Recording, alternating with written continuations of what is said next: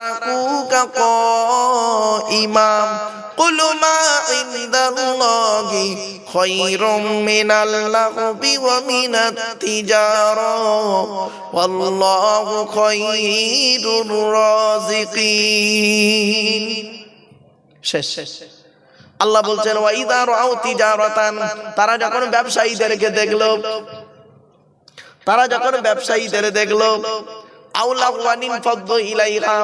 অথবা কোন খেলতামাশা দেখলো ইনফাদ্দু ইলাইহা সেই দিকেই তারা ছুটে চলে গেল ও তারা কুকা কইমাম নবী তোমাকে মেম্বারে একাকী দাঁড় করিয়ে রেখে চলে গেল সাহাবীরা সব চলে গেল ভালো মন্দ মাল কিনতে ব্যবসা করতে চলে গেল রিজকের আশায় চলে গেল নবী তুমি বলে দাও কুলুমা ইনদাল্লাহি খায়রুম মিনাল্লাহি ওয়া মিনাত তিজারা ওরে আল্লাহর কাছে উত্তম খেল তামাশা ব্যবসা রয়েছে ওয়াল্লাহু খায়রুর রাজিকিন আমি আল্লাহ হলাম উত্তম রিজিক দাতা রিজকের মালিক কে এজন্য অনুরোধ করে বলে যাচ্ছি রিজকের মালিক হলো আল্লাহ আল্লাহ পাক কাউকে বিভিন্ন দিক থেকে তাকে রিজকটা ঠিক পৌঁছে দেয় ঠিক না বেটি কেউ জলসা করে রিজক আল্লাহ পাক তাকে মেলায় আবার কেউ মসজিদে ইমামতি করে কেউ মাদ্রাসায় চাকরি করে কেউ স্কুলে চাকরি করে কেউ বেসরকারি সরকারি চাকরি করে আবার কত মানুষ আছে চাকরিও করে না তাদেরকে আল্লাহ রিজক দেয় যে কোনো উপায়ে দোকানদারি করে ব্যবসা বাণিজ্য করে কাজ কারবার করে খেতে খামারে কাজ করে শ্রমিকের কাজ করে বিভিন্ন অ্যাঙ্গেল থেকে আল্লাহ পাক তাদের রিজক দেয় এই ইউটিউবাররা বসে আছে দেখতে পাচ্ছেন এদের রিজক হলো এর ভিতরেই আল্লাহ পাক নির্ধারিত করে রেখেছে খারাপ ভাবনি বাবা এই ইউটিউবাররা বাবা খারাপ ভাবো না বাবা বাস্তবটাই বলছি এদের মধ্যে ইনকাম আছে এদিকে আল্লাহ এদের রিজক দেয় এতে এমনও ইউটিউবার আছে শুনে নিন আমি বলে দিচ্ছি আপনাদের এই পশ্চিম বাংলায় এমনও ইউটিউবার আছে এই ইউটিউবের উপরে নির্ভর করে তাকে মাসে 20-30 হাজার টাকা তার ইনকাম হয় 1 লাখ টাকা পর্যন্ত ইনকাম হয়েছে এক মাসে যেটা একটা সরকারি চাকরিজীবী পারে না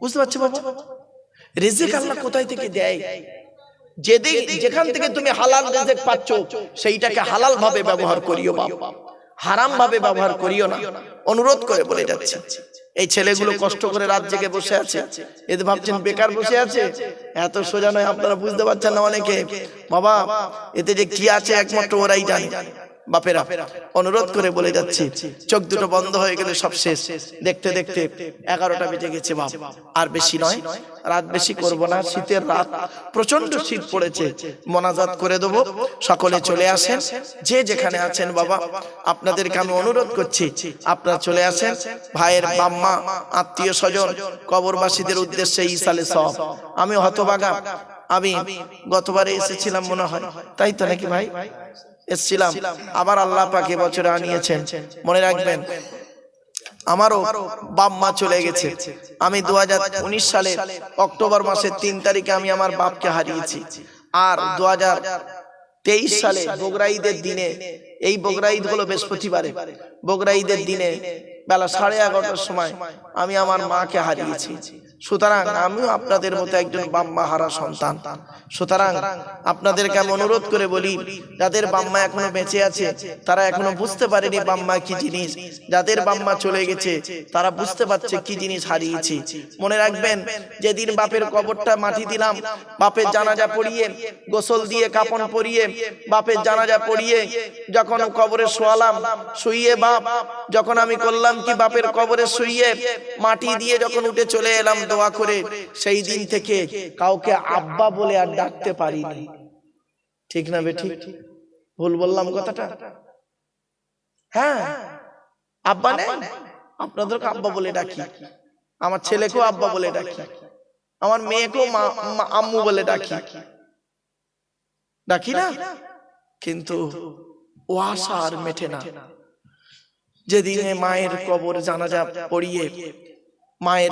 পড়িয়ে গোসল দিয়ে কাফন পরিয়ে জানাজা পড়িয়ে মাটি দিয়ে চলে এলাম সেই দিন থেকে মা ডাক্তার কাউকে বলতে পারিনি অনুরোধ করে বলি ভাইরা বাম্মা যাদের বেঁচে আছে খবরদার বাম্মাকে কাঁদাইও না খবরদার কাঁদায় না, বাম্মা চলে গেলে আর পাবে না। নবীজি বলছেন রাদিয়াল্লাহু ফি রাদিয়াল ওয়ালিদাইন ওয়া সাকতুল্লাহি ফি সাকতিল ওয়ালিদাইন। আল্লাহর নবী বলেন হকের উপরে বাম্মা যদি নারাজ হয়ে যায় আল্লাহ নারাজ হয়ে যাবে, হকের উপরে বাম্মা যদি খুশি হয়ে যায় আল্লাহ খুশি হয়ে যাবে। জোরে বলে আমার বাপেরা, যাদের বাম্মা মারা গেছে দান খয়রাত করবেন। বাড়ি থেকে যখন বেরোবেন বাম্মার কবরটা একটু জিয়ারত করে বেরোবেন। যদি বলে হুজুর আপনি করেন, হ্যাঁ বাপ আমি করি, আমার বাড়িতে থাকে, এই এদের মধ্যেই একদম থাকে, প্রায় সময় যায়। আমি কিভাবে আমার বাম্মার কবর জিয়ারত করি সে জানে, সে দেখেছে। বাবা আমি যতবার আমি স্কুলে গেলে, প্রতিদিন স্কুলে যখন যাই বাম্মার কবরটা একটু জিয়ারত করে যাই। পাশেই কবর, বাড়ির পাশেই কবর, বাম্মার কবর দিয়েছি। আর সেখানে প্রতিদিন জলসায় যখন বেরোই বাম্মার কবরটা জিয়ারত করে আসি। বাম্মার দোয়া ছাড়ার কোনো দোয়া কাজে লাগবে না রে বাপ, বাস্তব কথা বলছি। বাকি দোয়া কাজে লাগতেও পারে নাও পারে, কোনো গ্যারান্টি নেই। কিন্তু মনে রাখবেন আল্লাহ নবীর পরই স্থান হলো বাপ আর মায়ের। নবী বলেছেন তিন ব্যক্তির দোয়া আল্লাহর দরবারে কবুল হয়, কোনো মিস যায় না। এক নাম্বার হলো দাওয়াতুল মাজলুম, অত্যাচারকৃত মানুষের দোয়া। দুই নাম্বার মুসাফিরের দোয়া। তিন নাম্বার ওয়াদাওয়াতুল ওয়ালিদি আলা ওয়ালাদিহি, বাপ আর মায়ের দোয়া। বাম্মা যদি তোমার জন্য দোয়া চেয়ে যায় বিদ্যুতের থেকে দ্রুত গতিতে বাম্মার দোয়াটা আল্লাহর দরবারে কবুল হয়ে যায়। এই ছেলে বাড়ি থেকে যখন বেরোবে বাপ আর মা যদি বেঁচে থাকে বাপ আর মায়ের দোয়া নিয়ে বেরোবে। বাপ আর মায়ের দোয়া যদি তোমার সঙ্গে থাকে, লরির তলার ভিতরে ঢুকে যাবে, গাড়ির তলার ভিতরে ঢুকে যাবে। আমার আল্লাহ করবে কি বাম্মার দোয়ার উসিলায় গাড়ির তলার ভিতর থেকে জীবিত টেনে বের করে আনবে। জোরে বলে বাপ, আমি তার নিজের জ্বলন্ত প্রমাণ। আজ আমি কবে অ্যাক্সিডেন্টে মারা যেতাম, বহুদিন আগে অ্যাক্সিডেন্টে মারা যেতাম।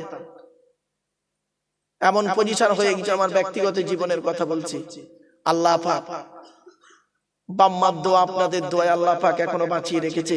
যে কটা দিন আল্লাহ পাক বাঁচিয়ে রাখে ঈমান নিয়ে যেন থাকতে পারি, ঈমান নিয়ে যেন চলতে পারি, মানুষের উপকার করতে না পারলে ক্ষতি যেন না করি।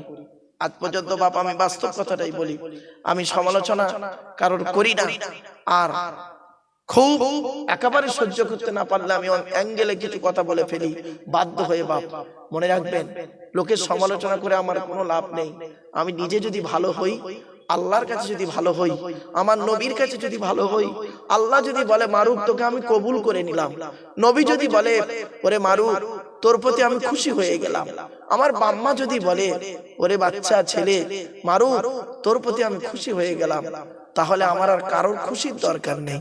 ঠিক না বেটি বাপ? এজন্য আপনাদের বলি আল্লাহকে খুশি করুন, নবীকে খুশি করুন, বাম্মাকে খুশি করুন।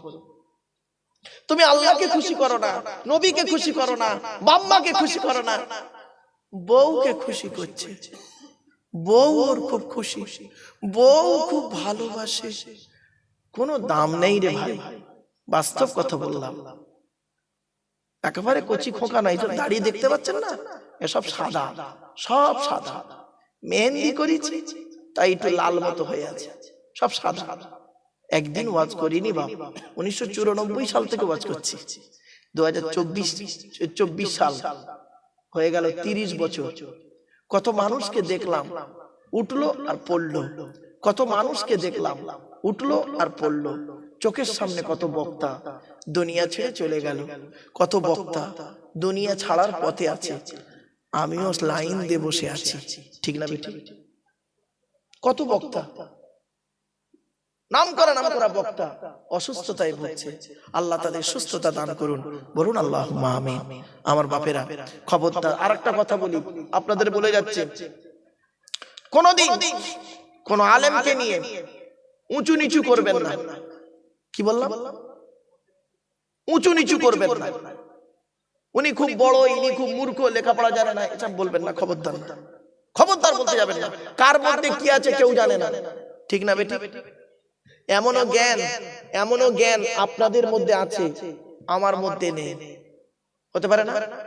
আর এমনও জ্ঞান আমার কাছে আছে, আপনাদের কাছে এখনো পৌঁছায়নি, হতে পারে না? আমি একজন চাষি গো বাপ, আমি চাষি, কিন্তু চাষ করতে গিয়ে খালি ভুল করে ফেলছি। জানে আমার বাড়িতে যারা থাকে জানে, জিজ্ঞেস করবেন প্রচুর জায়গা চাষ করেছি, ধান চাষ থেকে শুরু করে আর যত রকম কি বলবো ফুলকপি, ওলকপি, বাঁধাকপি, বিট, গাজর, লঙ্কা, হলুদ, আদা, রসুন, পেঁয়াজ, কচু থেকে শুরু করে মটরশুঁটি থেকে বিম কড়াই থেকে শুরু করে লাউ থেকে শুরু করে লঙ্কা থেকে শুরু করে শশা পর্যন্ত, টমেটো থেকে শুরু করে নোটে শাক, পুঁই শাক, পালং শাক পর্যন্ত এখন চাষ করি। আমি তো চাষও করি, কিন্তু চাষ করা আমি জানি না।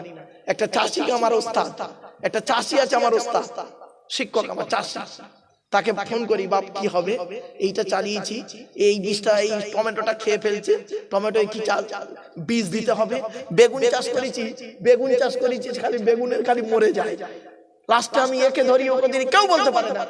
একটা লোক, হিন্দুর লোক রে বাবা, হিন্দুর লোক, হিন্দুর লোক, তাকে ফোন করেছি, বাবা, বাবু ভালো আছেন বাবু? হ্যাঁ বাবা ভালো আছি, আপনি ভালো আছেন? একটা জিনিস আপনার কাছে জানবো। যে কি বাবা? আপনি আবার কি জানবেন আমার কাছে? বললাম বেগুন চাষ করেছি, বেগুন খালি ওই গাছ মরে যাচ্ছে, মানে পোকা লেগেছে, কি ওষুধ লাগবে? সে লোকটা আবার ওষুধটা বলে দিল, এনে আবার মারতে হলো। তাহলে শিক্ষা কার কাছে আছে? কি ভাবলেন? খুব বড় জ্ঞানী নাকি? এই কোটা, এই দুটো কোরআনের আয়াত জানি বলে আর দুটো হাদিস জানি বলে মনে করে বড় আলেম? দূর, বোকা কোথাকারে। শিক্ষা কার মধ্যে আছে কেউ জানে না, কেউ জানে না। তাই যদি হতো ইমামে আজম আবু হানিফা রাহমাতুল্লাহ আলাইহি একটা মুচির কাছে গিয়ে শিক্ষা অর্জন করতো না, ঠিক না বেটি? আপনারা জানেন তো নাকি, একটা মুচিকে যে জিজ্ঞাসা করেছিল যে কুকুর কখন সাবাল লেগ হয়, উনি এটাই জানতে পারেনি। এত কিছু মসলা হাদিস কোরআন, ইমাম আজম আবু হানিফার মতো আলেম পৃথিবীর জমিনে জন্মগ্রহণ করেছে, কিন্তু আমি জানি না বাবা। আমরা তো যাকে তাকে মানে অনেক কথা বলে ফেলি বাপ, কিন্তু না, ইমাম আজম আবু হানিফা রাহমাতুল্লাহ আলাইহি করেছেন কি, একটা মুচিকে জিজ্ঞাসা করছে যে কুকুর কখন সাবাল লেগ হয়, বলে ইমাম সাহেব এটা জানেন না, ও যখন ঠ্যাং তুলে পেচ্ছাপ ফেরে তখন সাবাল লেগ হয়। সেই দিন থেকে ইমাম আজম আবু হানিফা রাহমাতুল্লাহ আলাইহি ওই ব্যক্তিটাকে খুব সম্মান করতেন।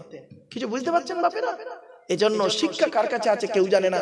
কোনোদিন কাউকে বড় করবেন না, বলবেন না অমুক বড় আর অমুক একদম নিকৃষ্ট, খবরদার নয়। সকল আলেম সমান, ঠিক না বেটি? আরে আল্লাহ নিজে করেননি, আপনি কেন করছেন? কোরআনে আল্লাহ পাক এই কোরআনে বলে আছে, লা নুফাররিকু বাইনা আহাদিম মির রুসুলি, রাসূলদের মধ্যেও পর্যন্ত কোনোদিন ছোট বড় করবেন না। প্রত্যেক নবী কাছে সম্মান শ্রদ্ধা করবেন, প্রত্যেক নবীর সুন্নতকে আমরা কম বেশি মানি। এবার আমরা যে নবীর উম্মত, আখেরি নবীর উম্মত, আমরা সব নবীর উম্মত, সব নবীর সুন্নতকে মানি, সব নবীকে আমরা সম্মান করি।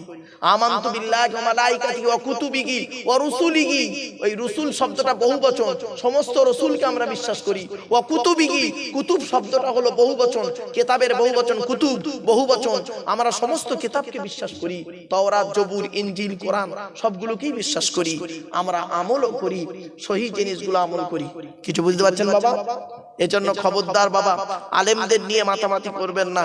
একে অপরের মধ্যে ঝগড়া, মারামারি, ফিতনা, ফাসাদ, গালি গালা, এ ওর কাফের বলা, ওর বেঈমান বলা, এই সব যেন করতে যাবেন না। এ ওর মুনাফিক বলছে, ও ওর মুনাফিক বলছে, এও মুসলমান, ও মুসলমান, এও একজন বক্তা, ও একজন বক্তা। হায় রে আল্লাহ, আল্লাহ আমাদের সকলকে যেন এই শ্রেণীর মানুষ থেকে, এই শ্রেণীর মানুষ থেকে আল্লাহ যেন আমাকে হেফাজত করে। বলুন আল্লাহুম্মা আমিন। আসুন আমরা একটু নবীর সামনে দাঁড়িয়ে বাবা একটু সালাত ও সালাম পাঠ করব। বাবা একটু নবীর সামনে দাঁড়িয়ে একটু সালাত ও সালাম পাঠ করব। ইয়া নবী সালাম।